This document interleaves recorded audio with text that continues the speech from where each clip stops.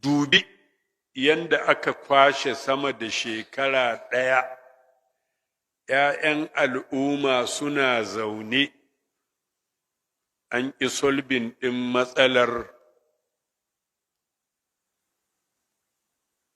matsalar malamai da suke asu a biya su haƙoƙuwansu su zo su ci gaba da koyar da ɗalibai.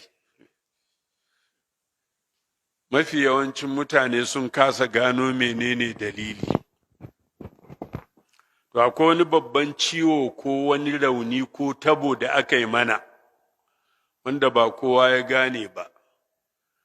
An ɗauki ministan ilimi na Najeriya an ba ɗan Shi'a, Adamu. An ɗauki ministan ilimi na Najeriya an ba ɗan Shi'a. Ku je ku yi bincike, yanzu duk inda za a ɗauki malamai a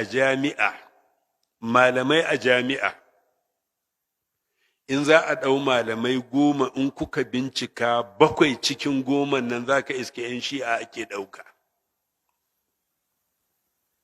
Duk ƙasa haka fa take tafiya. Kuma Ayatullahi Khomeini da haka ya yi amfani da irin wannan damar ya yi revolution a ƙasarsa. Suka rika tura 'yan Shi'a a jami'a, secondary school, sauran gurare da makamantansu. Rana guda aka hargitsa tunanin yara suka yi ta bore da haka aka yi juyin mulki. To irin wannan tsarin shi aka ɗauko ma ƙasan nan amma mutane mafi yawanci ba su gane ba.